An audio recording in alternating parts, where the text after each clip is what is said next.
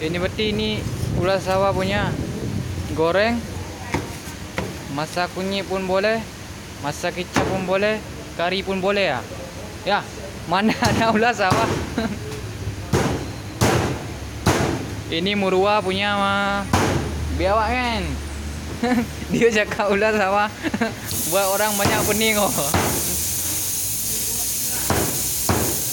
Ini Murwa punya mah biawak. Oh, banyak sedap oh. Bau dia pun banyak sedap. Akak masak? Tak ada lah, Angkun masak. Oh. Ayo. Tapi ini banyak kecil yang kena.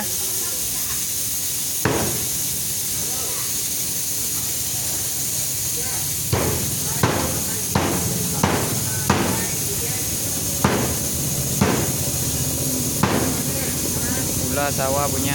Ini kedai Cina.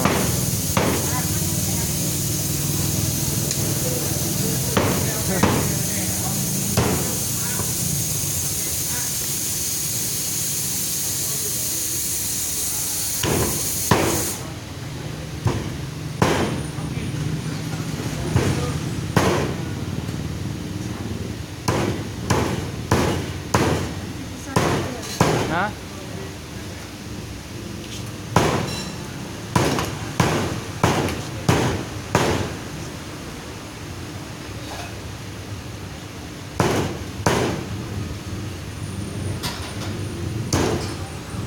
Akak pernah makan?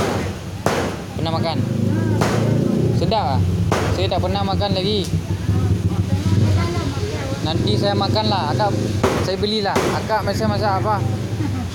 Ha? Awak apa makan order dia? Boleh? Boleh dia makan. Oh.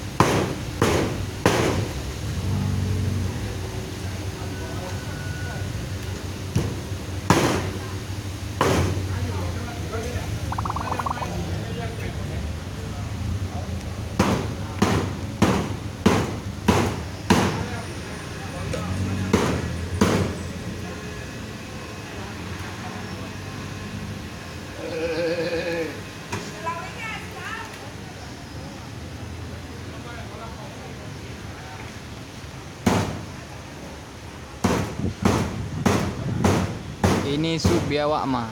Semua boleh masak. Biawak banyak sini dengan ular juga mah.